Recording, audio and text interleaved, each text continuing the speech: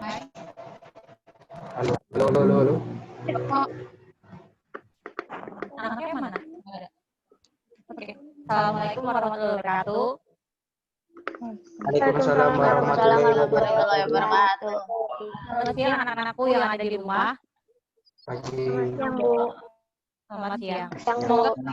Semoga masih dalam kondisi sehat ya di rumah. Ingat 3M ya.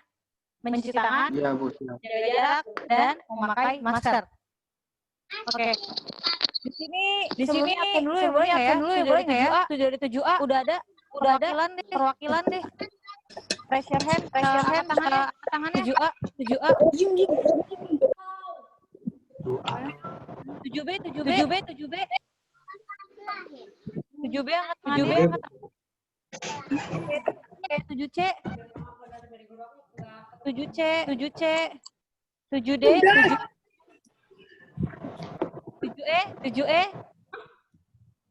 7E. Keren gua, Bu. 7F, 7F, 7H. Dimatiin kameranya. 7I. 7J. Oke, ini mungkin nggak bisa semuanya gabung ya, karena kuota Zoom itu terbatas. Oke, sebelum kita mulai pelajaran kali ini, kalian siapkan dulu ya buku catatan prakarya dan juga prakaryanya ya. Kita akan ke bab terakhir yaitu pengolahan bahan pangan buah segar menjadi makanan dan minuman. Oke. Nah, di sini kompetisi dasar dari bab ini yaitu memahami rencana penyajian dan pengemasan bahan buah segar menjadi makanan dan minuman berkhasiat yang ada di wilayah setempat. Yang keduanya setelah kalian memahami kalian bisa mengolah bahan segar menjadi makanan dan minuman berkhasiat sesuai pengetahuan rancangan dan bahan yang ada di wilayah setempat.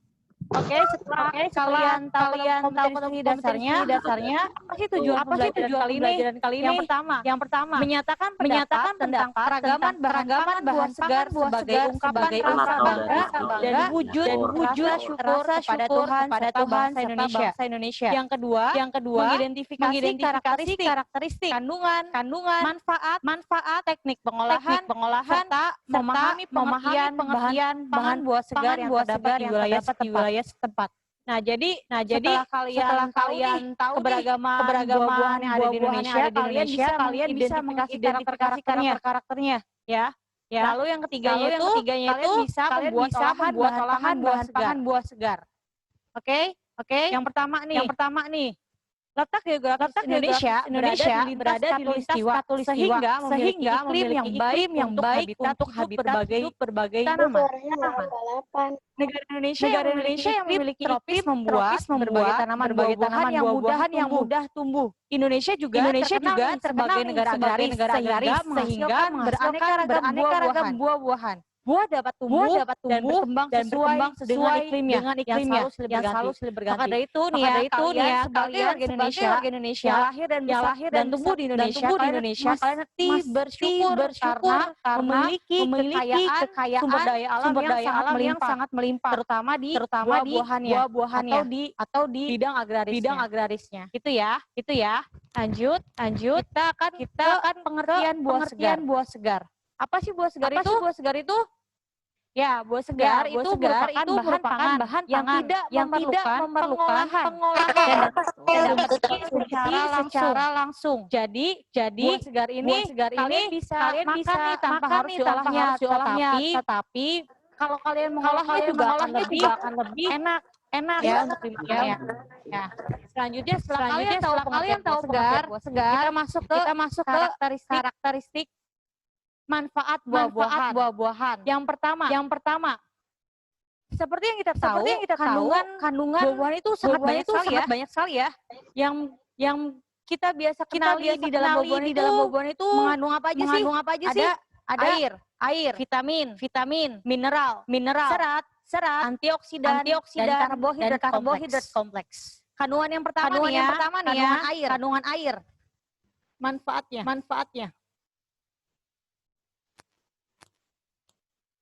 Nah, buah itu mengandung air. Air. Buah apa aja sih yang banyak mengandung airnya? Yang kalian tahu? Jambu, apel, semangka, Jambu. Terus melon, Rambutan. rambutan, Banyak ya. Ya. anggur, Jeruk. Anggur. Oke. Nah, jadi kandungan dalam air dalam buah ini sangat bagi tubuh kita.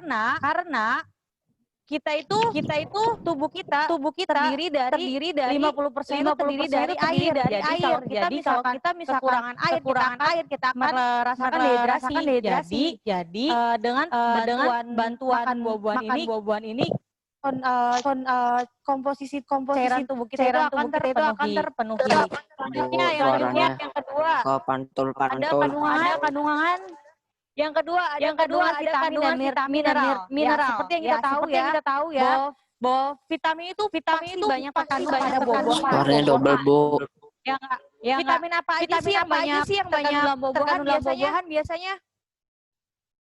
Vitamin apa aja nih yang banyak terkandung dalam buah-buahan? Vitamin C. Biasanya yang ada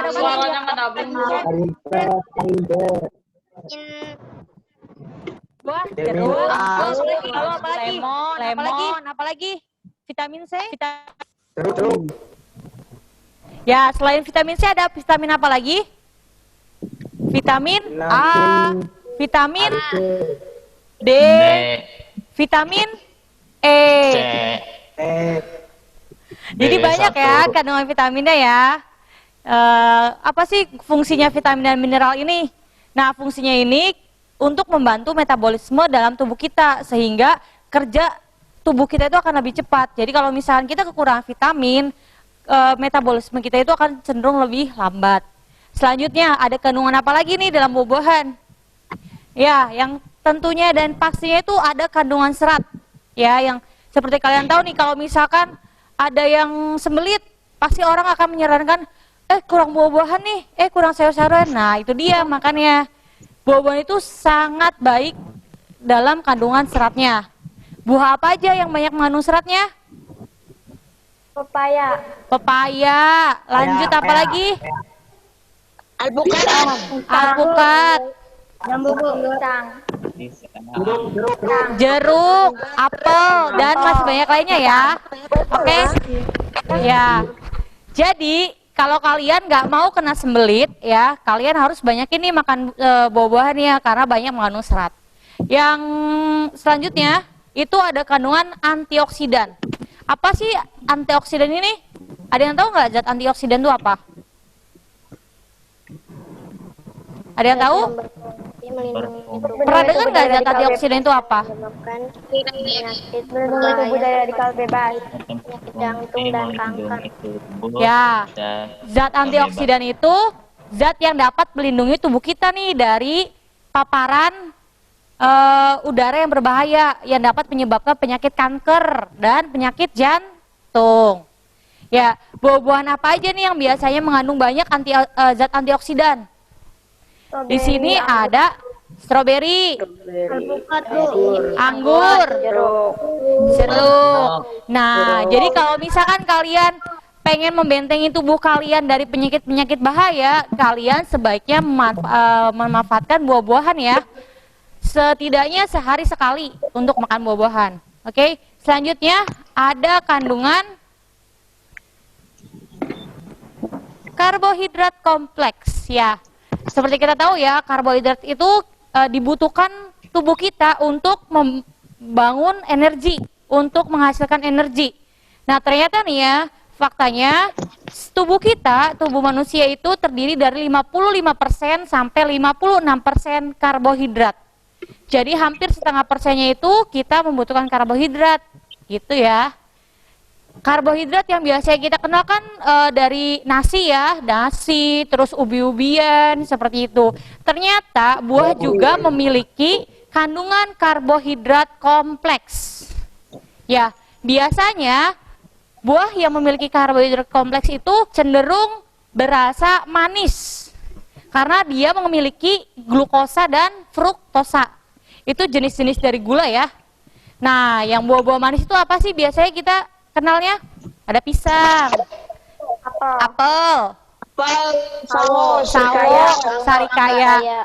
Tetapi bagi kalian ya atau orang tua kalian nih yang punya penyakit diabetes atau kelebihan gula gitu ya. Nah, tidak dianjurkan untuk banyak memakan buah-buahan yang mengandung karbohidrat kompleks ini.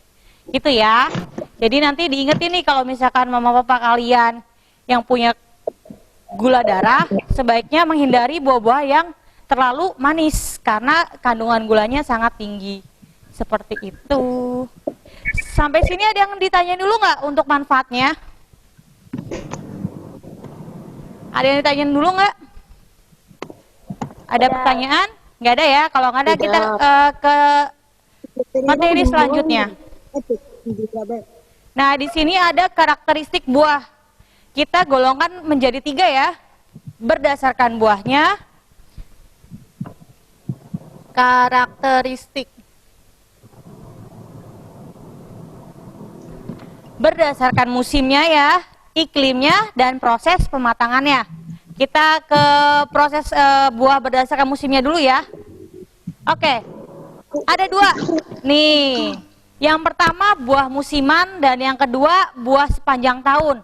Dari namanya aja pasti kalian tahu ya, pasti paham nih. Oh, buah musiman berarti buah yang adanya tuh setiap saat apa enggak nih? Tidak, pinter.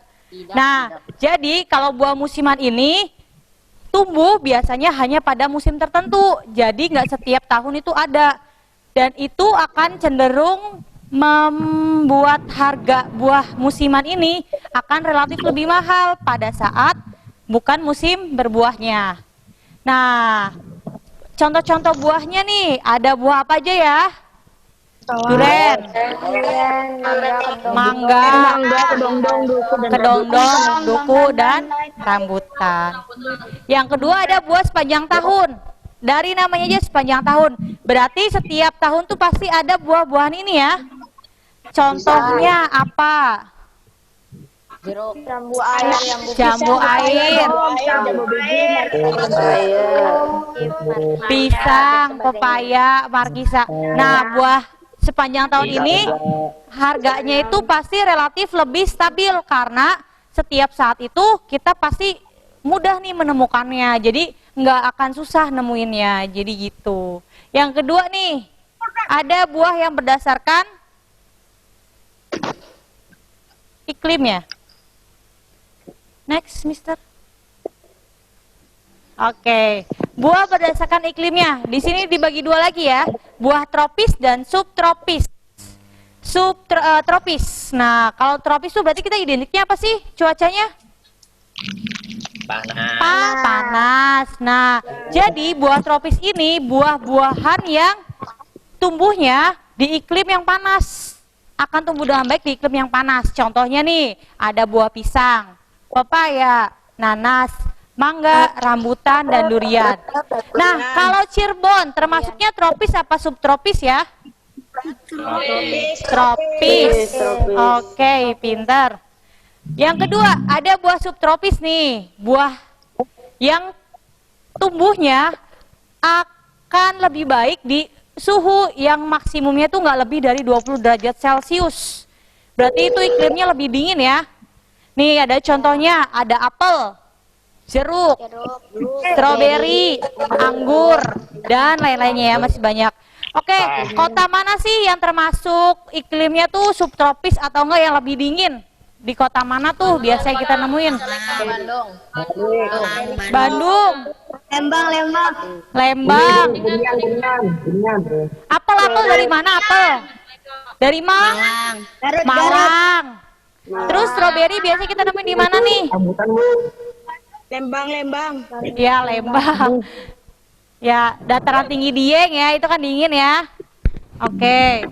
Selanjutnya, ada buah berdasarkan proses pematangannya. Kita bagi 2 lagi. Ada buah klimaterik dan non klimaterik. Apa sih buah klimaterik itu? Pernah dengar nggak klimakterik itu apa? Pernah dengar? Setelah dipanen dapat menjadi matang. Dipanen dapat menjadi matang. Iya. Pembusukan. Jadi buah klimakterik ini kalau buah yang dipanen setelah dipanen itu langsung ke proses pematangan gitu ya, yang ditandai dengan perubahan warna, tekstur dan bau buah. Seperti itu. Ada nih karakteristik buah klimakterik itu kayak gimana sih biar kalian bisa membedakan. Oke, karakteristiknya. Yang pertama, dipanen saat pertumbuhan maksimum tapi belum matang. Jadi buahnya itu yang belum matang terus kita panen biar dia proses pematangnya itu bertahap. Yang kedua, dapat disimpan lebih lama. Yang ketiga, dapat diperam. Diperam itu dikarbit ya. Tahu kan ya karbit ya? Dikarbit. Ya itulah. Yang dikasih zat biar dia matangnya cepet gitu kan ya. Yang keempatnya, proses pematangannya berlanjut. Jadi kalau kalian mau stok buah di rumah, lebih baik kalian pilih buah yang klimakterik karena dia bisa disimpan lebih lama. Nah, contoh-contohnya itu ada di layar kalian ya. Tuh ada alpukat, melon, mangga, pepaya, manggis, dan pisang. Yang kedua ada buah non klimakterik. Ya, buah setelah dipanen tidak akan mengalami proses pematangan, tapi langsung proses pembusukan. Jadi begitu dipanen, dia nggak bertahap matang, tapi langsung busuk. Karakternya apa aja sih? Nah, yang pertama, dipetik saat buah sudah matang. Jadi metiknya tuh ya benar-benar udah matang. Kalau belum matang, berarti dia masuknya ke klimakterik ya. Yang kedua, tidak dapat diperam atau dikarbit. Yang ketiga, kematangannya nggak berubah setelah dipetik. Jadi emang langsung ke proses pembusukan. Contoh buahnya ada apa nih? Ada jambu. Jambu apa itu? Jambu air. Jeruk. Apalagi tuh? Rambutan. Duku. Salak. Sama kelengkeng. Ya. Oke, sekarang masuk ke teknik pengolahannya ya. Nih, kita di sini ada beberapa proses buat ngolah si buah-buahan itu biar lebih enak dimakannya. Yang pertama ada yang menggunakan air atau kita biasa sebut moist heat. Ya, moist heat. Moist itu lembab, heatnya itu pemanasan. Jadi yang memerlukan air untuk pengolahannya. Ada teknik yang merebus dan teknik steaming atau mengukus. Kalau merebus dia buahnya tuh dimasukin di air biar air mendidih. Nah, kalau dikukus berarti ada lapisan yang menghalangi dari air yang rebusan itu. Nah, baru dikukus gitu. Jadi nggak langsung kalau mengukus ya. Gitu perbedaannya. Paham ya perbedaannya ya antara merebus dan mengukus. Oke? Yang kedua, ada teknik dry heat cooking atau panas kering. Nah, kalau misalkan kita pengen tekstur yang kering, berarti kita otomatis harus digoreng. Kalau digoreng itu butuh minyak. Ya, ada 3 nih yang proses pengolahannya menggunakan minyak, yaitu deep frying, menggoreng dengan minyak banyak ya. Jadi benar-benar si buah itu sampai tenggelam banget, sampai teksturnya crispy, gitu. Biasanya contoh makanannya apa nih yang deep frying itu? Yang contoh Keripik pisang. keripik pisang, apalagi? Goreng pisang. Apalagi? Pisang goreng. Bolet, iya. Bolet goreng. Ya, seperti itu ya yang deep frying. Yang kedua nih, ada teknik memanggang atau baking. Nah, kalau yang baking ini dia nggak terlalu butuh banyak minyak, jadi hanya dimasukkan ke oven, buahnya itu lalu mateng deh gitu. Biasanya kalau yang panggang-panggangan gini tuh orang yang nggak suka ada lemaknya ya. Nah, kalau yang misalkan di frying tuh pasti akan lebih banyak lemaknya. Yang ketiga ada teknik membakar atau grilling. Buah-buahan dibakar. Pernah lihat nggak kalian? Buah-buahan tapi dibakar gitu. Pernah di kartun ya? Di kartun? Ya gitu ya, pokoknya grilling itu dibakar di atas bara api ya. Bu. Oke, teknik selanjutnya. Nah, di sini ada yang dihaluskan, biasanya menggunakan blender atau parutan ataupun diulek. Contohnya nih ada di pojok kanan atas tuh, ada jus buah-buahan ya. Buah apa aja tuh? Ada hijau, orange, merah, pink, banyak ya. Itu seger banget itu pasti. Itu yang halus. Lalu yang disaring pakai alat penyaringan, itu contoh makanannya atau olahannya ada di bawah pojok kiri ya. Tuh ada apa itu? Es jeruk, lemon, ya es lemon. Es jeruk, lemon yang disaring tuh ya. Lalu ada yang tidak dimasak atau raw food. Raw food itu jadi buah-buahannya ya padu dipotong-potong aja, nggak diapa-apain, terus dicuci doang. Contoh-contohnya nih, ada apa tuh? Sop buah, salad buah, di pojok kirinya rujak buah, apalagi tuh bawahnya kayak manisan buah gitu ya. Nah gitu ya, manisan buah. Iya. Selanjutnya teknik pengeringan. Nah pengeringan ini biasanya kita dengan bantuan sinar matahari ataupun dengan bantuan mesin gitu, atau bisa dikombinasi keduanya. Ya, saat proses pengeringan itu akan terjadi perubahan warna dan kehilangan vitamin. Jadi vitamin dalam buahnya itu akan lebih sedikit seperti itu. Nah, contoh-contoh produknya nih olahannya, ada sale pisang. Tahu sale pisang kan? Tahu. Yang pisang warnanya hitam tuh ya, itu sale pisang. Manisan kering. Enak manis. Manisan kering. Tahu manisan kering? Tahu. Buah-buah yang dikeringkan gitu loh ya. Nah, selanjutnya ada proses fermentasi. Nah, fermentasi ini biasanya membutuhkan bantuan bakteri nih untuk mengolahnya. Bakteri apa sih yang kita butuhkan? Nah, di situ ada jenis bakterinya itu Saccharomyces cerevisiae. Nah, gitu ya. Contohnya apa nih buah-buahan yang bisa difermentasikan? Ada nanas, apel, jeruk, tomat, dan pisang. Oke. Tapi ada minusnya juga nih. Ada yang kalau difermentasi itu vitaminnya hilang juga, terus zat gizinya itu berkurang juga ya.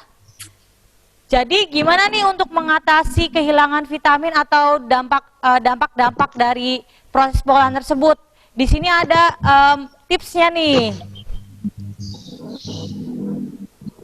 Oke, upaya mengatasi untuk kekurangan vitamin tersebut ya yang diolah seperti itu. Yang pertama, kita bisa menambah sedikit air atau tanpa air dalam pemasakan. Yang kedua, memasak dengan ukuran besar. Jadi kalau masaknya dengan porsi yang besar itu akan lebih mengurangi kerusakan vitamin atau zat gizinya. Yang ketiga, mempersingkat waktu pemasakan. Misalkan kita itu harusnya masaknya 1 jam, tapi kita dipersingkat nih jadi setengah jam aja, seperti itu. Yang keempat, ada menambah bahan pencegah kerusakan. Gitu, jadi ditambahin katalisator lah biar dia lebih rendah untuk kerusakan zat gizinya, seperti itu. Sampai sini ada yang mau ditanyain dulu nggak? Sebelum Miss kasih kuis nih ya, ada yang mau ditanyain dulu nggak? Ada pertanyaan? Acungan tangan ya. Nggak ada. Oke, kalau nggak ada kita kuis ya. Ada nih, ada pertanyaan nih. Coba Mister next. Kalau ada ini ya, kalau tahu jawabannya langsung ketik di kolom komentar. Udah ada jawabannya tah. Ya. Aduh, udah ada jawabannya ya. Ini harusnya dikliknya sekali ini doang nih. Nah, oke, kuisnya dalam karakteristik buah berdasarkan musimnya pada temperatur berapakah buah subtropis dapat tumbuh dengan baik. Udah ada jawabannya ya. Oke deh, kalau ada jawabannya berarti kita langsung ke penugasan. Oke? Nah, untuk penugasannya minggu kemarin kan, minggu kemarin itu Miss kalian sudah membuat resep ya? Udah membuat resep? Tahu. Udah. Nah, Udah. kalau sudah, kalian sekarang tinggal mempraktekkan resep tersebut, membuat resep tersebut. Jadi kalian misalkan yang udah buat resepnya itu pengen bikin buatnya sop buah. Nah, kalian buat, rekam videonya, lalu kirim ke Google Classroom. Ya. Atas pengumpulan. Ya, atau enggak nanti Miss posting. Ya, nanti Miss posting penugasannya ya di situ. Oke, barangkali ada teman-teman kalian yang nggak bisa hadir di Zoom gitu ya, nanti Miss posting di Google Classroom. Sampai sini ada pertanyaan dulu nggak? Tidak, terima kasih. Nggak ada? Terus sesuai sama yang kemarin itu ya, Bu? Kenapa? Harus Sesuai dengan sama yang di resep. Iya, sesuai sama yang resep ya. Kalau misalkan mau ganti resep, bilang dulu ya, atau sertakan resepnya. Miss, saya mau ganti resep, berarti kalian video sama resepnya ya. Seperti itu. Jadi resepnya nanti tuh di samping video aja ya, Miss. Iya, boleh di samping videonya. Nanti Miss tuliskan, postkan. Kenapa? Kenapa? Boleh apa tadi? Paling telat dikumpulinnya kapan, Miss? Oh, paling telat. Seperti biasa ya, kalau tugas video kita kasih durasi 2 minggu. 2 minggu berarti dikumpulinnya paling lambat. Ingat ya, dikumpulinnya paling lambat 2 minggu, berarti akhir bulan. Oke, akhir bulan ya. Nanti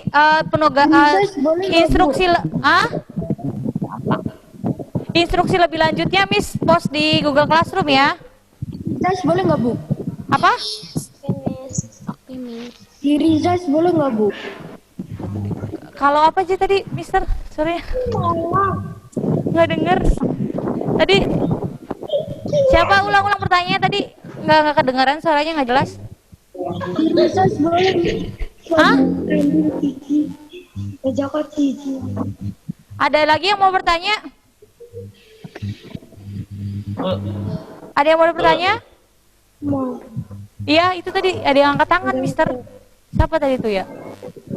Siapa yang angkat tangan itu tadi? Oh, Muhammad Ihsan. Apa Ihsan?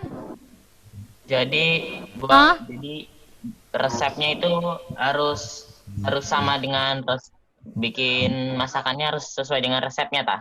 Iya, yang kemarin kalian kumpulin tuh. Bukan masakan ya, apa sih pengolahan buah? Buah emang dimasak? Enggak sih. Ya, sesuai dengan yang kalian kumpulan kemarin. Tapi kalau misalkan ada yang mau ganti nih, berarti kalian harus nyertain resep juga di atasnya. Jadi resep sama video kalau yang mau ganti. Ya, ada lagi pertanyaan? Kalau videonya kebesaran, Kalau videonya kebesaran.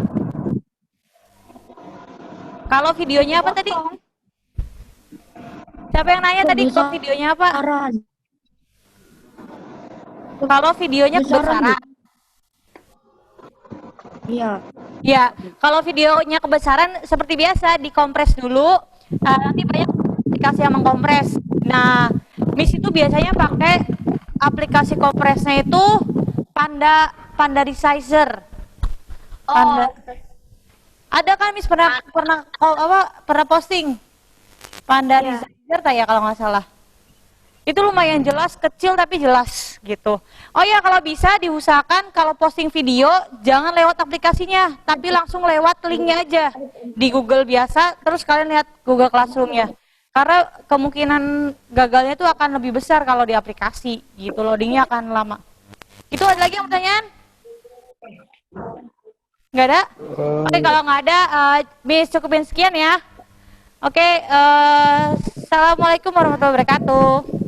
Waalaikumsalam warahmatullahi wabarakatuh. See you next time. Warahmatullahi wabarakatuh. Miss.